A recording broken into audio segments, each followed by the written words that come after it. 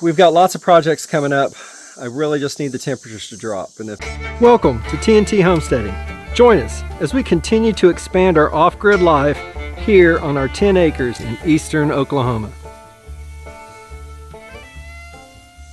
Hey y'all, welcome to TNT Homesteading. This is Terry. So we just had an amazing dinner. My bride made some steak and squash and grilled some sourdough bread, and it was delicious. Salad, and just finished that up, and I'm just sort of wanted to give you a little update of what's been going on. It has been hot. It's been really hot here in Oklahoma. We've had 5 or 6 days last week in the hundreds. Well, some of that was this week in the hundreds. A week before that in the hundreds. We've been real busy. We've been having to go to town every weekend for a while now. So I've got nothing done around here. I've got so much to do. And it's not going to happen this weekend either. But we're supposed to be getting a lot cooler temperatures. We're talking about like a 20-degree drop between today and Monday. And I really hope that's true. They're talking about highs in the 70s here in Oklahoma, which is unheard of. So I wanted to show you a couple things around here that's been going on. First off, in the chicken brooder pen,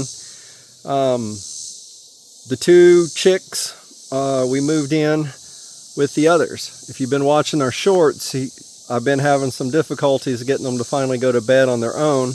I've had to go out multiple times and catch them in nets and take them inside. But the last 2 days, they've gone inside all by themselves. The rest of the chickens will be really happy about that because we don't let them free range until we know that they're going to go in by themselves. We'll still have to make sure they get into the run, but once they're in the run, we know they can go inside. So we'll see how that goes.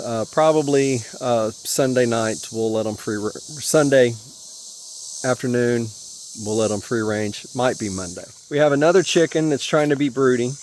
We got some more eggs from our friends. We're going to see how she goes. She's being really spooky. Skittish is probably a better term.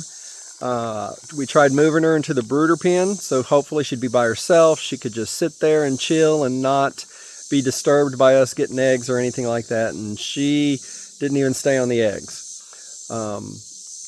I put the eggs in the other building, put her in the other building, and she's currently sitting on them. We'll see how it goes. We really wanted to get some more chicks besides the 2 that we've got. I don't know if it's going to happen this year or not, but it's, end of September, or it's end of August. Not September, I wish. It's end of August, so it's starting to get a little late to have any more chicks. So this will probably be the last one we'll even try. I know I've had all summer to get to this, but we have just had a really busy summer. I need to get this hickory wood split and stacked over there so we can start working on firewood for the house. I don't intend to use much, if any, of this hickory wood in the wood stoves inside. I'd rather use oak or something else along those lines. Most of our smoking we do with our meat is on hickory, so I'd sort of just like to use that, but we'll see. So last winter, we only used half of this. So I'm really hoping with this half already being full, that's all we'll need for this coming winter.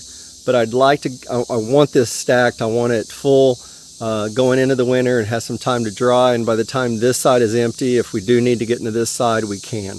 I've still got several trees down from tornadoes and some trees we even cut down for this clearing.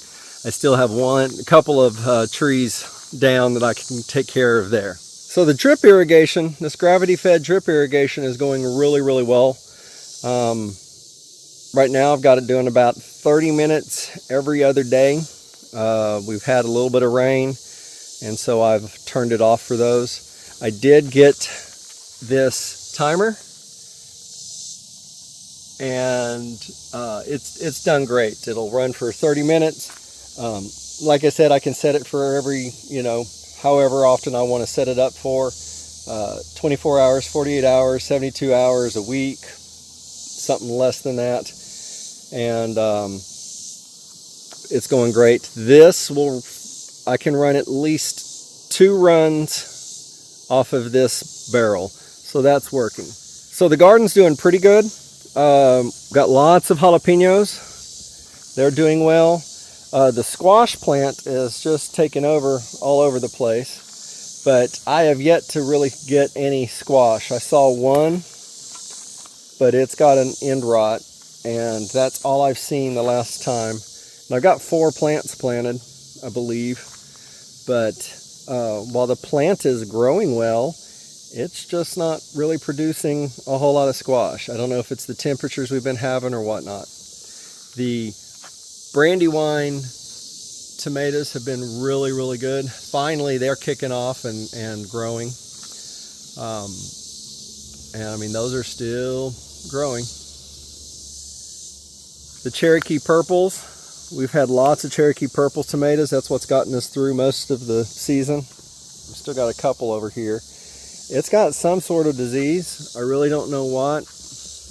Here, right here, you can sort of see. The leaves are sort of a lacy color, or a lacy, something's been eating them. It's been doing this all season long. I just don't know what it is. But those are doing okay. These cherry tomatoes in this bed have not done well at all. I mean, they're growing, sort of. I'm getting a few tomatoes, just not a whole lot.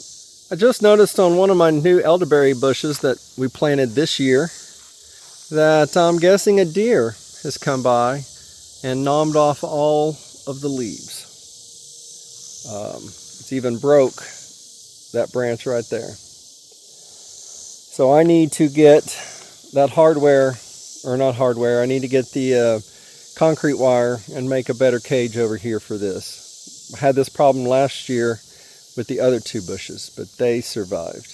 And for the most part, that's pretty much it. I did replace the weed eater head on our gas-powered weed eater with a hedge trimmer head, and I used that to mow this last time, and it worked really, really well. I didn't have to worry about breaking spindles, didn't have to worry about the rocks. It did a great job. The lawnmower did break. The cable that engages and disengages the mowing blades, yeah, that snapped while I was mowing. I was mowing and all of a sudden I heard the blades disengage. So I got to get a new one of those. So we'll see how that goes. We've got lots of projects coming up. I really just need the temperatures to drop. And if the temps really do drop next week, like they're saying, I'll hopefully be able to get started on some of those. Anyway, y'all, thanks for watching. God bless. We'll see you on the next video.